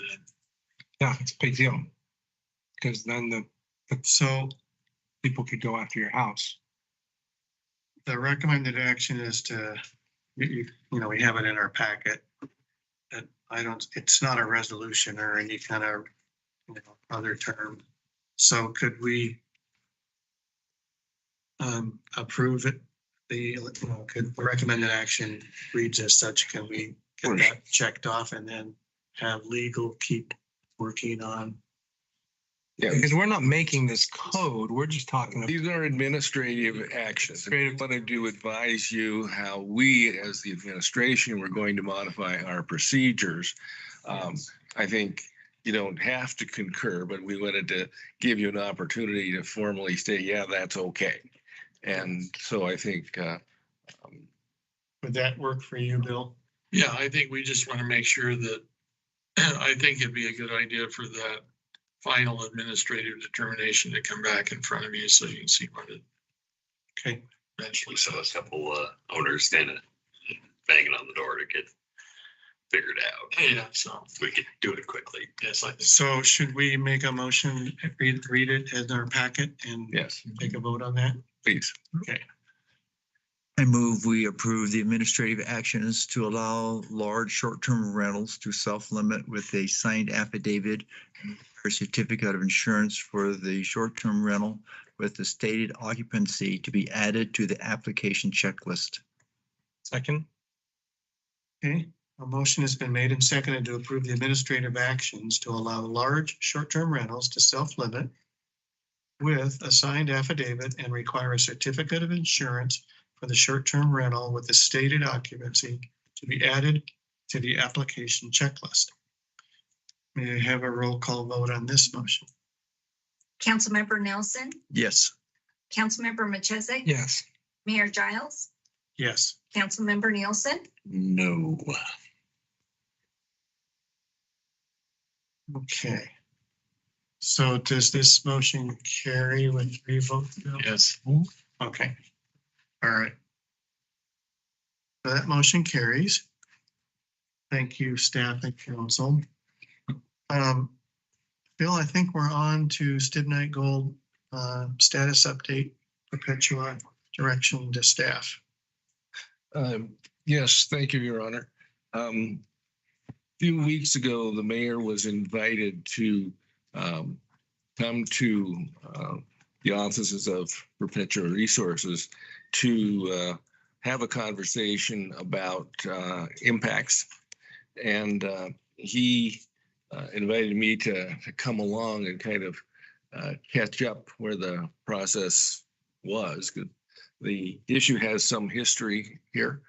And so we did that and met with the Perpetua staff and had a good long conversation about a number of things. One is an anticipation of the potential of the record of decision being issued, we're thinking in this fall. Right? And so the city's kind of last formal communication with the process was a letter jointly signed, I think, by the city manager and the mayor, discussing some of the impacts that we saw potentially coming out of the operation of the mine. And our focus at that time was transportation of hazardous materials through the community, and also the capacity of the community to respond to hazardous waste spills or hazardous material spills.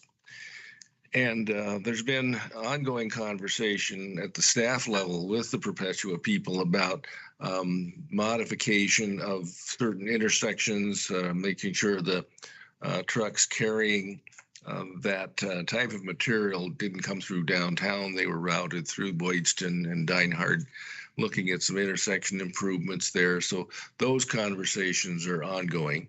There's been some conversations with the area first responders about their capacity to respond to a hazardous materials spill. And those conversations continue.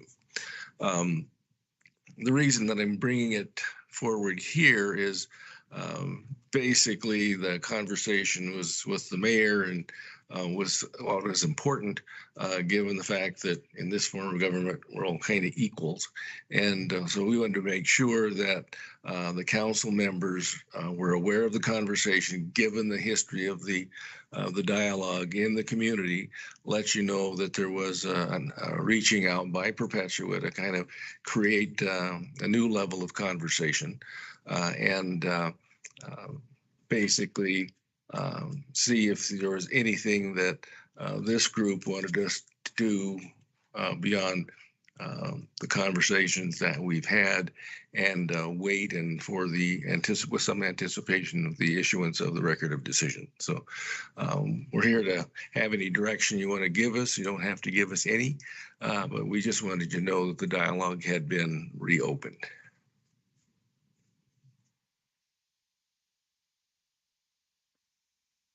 I'm not sure that I have any, I don't have any additional issues.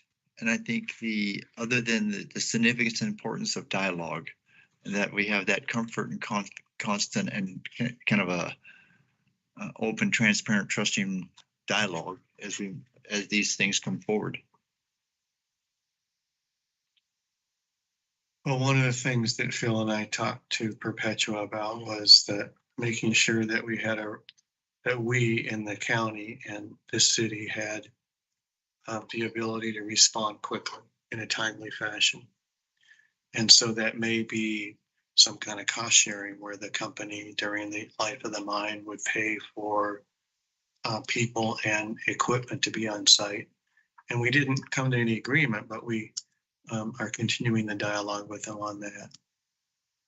So that we had, say, a group of trained people on site, within a half hour, for example, not having to come from Boise to help with hazmat if we had a spill. Mm-hmm. That's the kind of stuff that we spent over a half hour on. And then we talked about some other things that Phil discussed as well. But again, we didn't get into impacts out at the mine. The Forest Service is working, and the counties are working on that. We talked about impacts to our city, including like housing, chemical spill, safety, all this stuff is hauled to the town. I think it'd be important to consider funding mental health and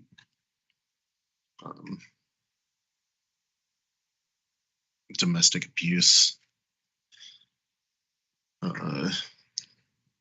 support systems.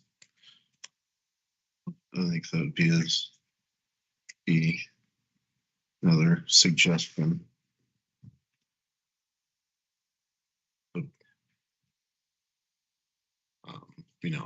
alcohol and drug abuse, addiction. I think there's going to be a number of community impacts that may be identified in the EIS process that there will be some mitigation response to, I assume. And the company has been working with various community agencies thus far.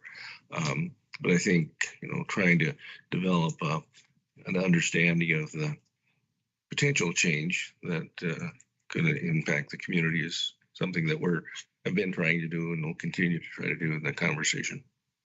I guess a bolstering of the social safety net. Mm-hmm. I think Perpetua has expressed an interest in those kinds of things that are key to the city. And I think Colby bring up a good point, that they were looking for our input also on those social and cultural impacts where they can best meet and understand what we determine to be our need also, so that we really are making best use of resources going both ways. Well, I think, and you remember when Annette was writing those letters that Phil talked about, and I would review, and then we bring it to council and get it blessed. I was telling Phil as we were driving home from that meeting, it would be good for he and I to put something together, just, for the record officially before a record decision goes out or even a draft decision. So we got time to work on that before Bill leaves. And if we don't come to, can't figure that part out, then that's something we would work with the new city manager on. So it's not, like Phil said, we just want direction. Do you want there to be effort on behalf of the council and the mayor and city manager to keep dialogue with them? And I think it could be helpful. Absolutely. It's essential. Helpful and essential. Okay. And if you think of other items after tonight's meeting, fire them off, send them to Phil. And we'll make sure that we give that some thought and that it gets discussed with them. And we'll be sure to keep the council in the loop of those conversations as they occur, so that, again, given the history of the dialogue in the community, I think you're going to need to be kept aware of what we're hearing and so forth. So we'd make sure that occurs. Yeah, of what we're hearing and then what we're saying as a council through the mayor and through the city manager, so that we're all, there's no surprises there. We'll do our best on that. All right, ready to move into. Thank you. Into Betsy Joe's presentation on future meeting. Yeah.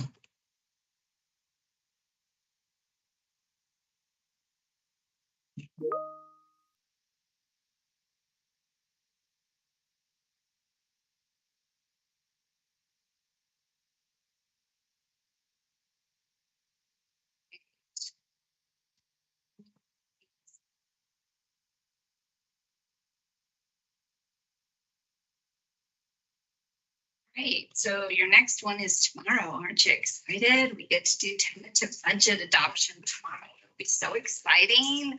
I'll have coffee and treats for you in the morning and then provide you some lunch, and you get to look at numbers all day long. It'll be great fun. Samosas. But there's a catch, huh? We have to perform. We have to have a tentative budget by the end of the day. A tentative budget number by the end of the day. Phil has worked and Linda has worked endlessly to get that document ready for you.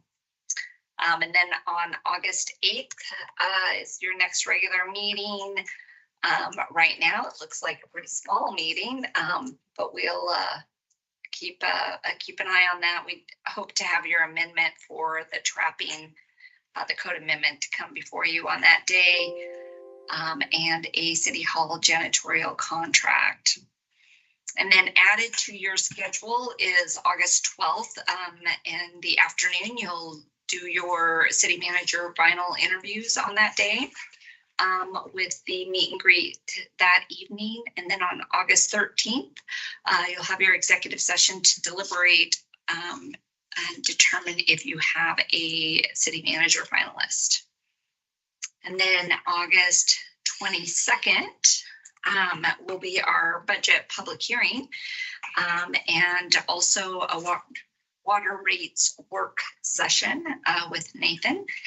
And it looks like the reconsiderations for the Marina CUP 23-07 is scheduled for that day, as is the reconsideration of the decision for the floodplain administrative decision.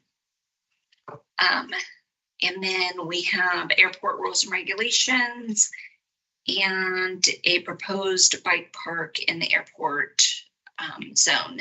So that meeting is closed to any new business items. That's pretty full. It'll be a pretty full night. And then your next meeting will be August 23rd, which is your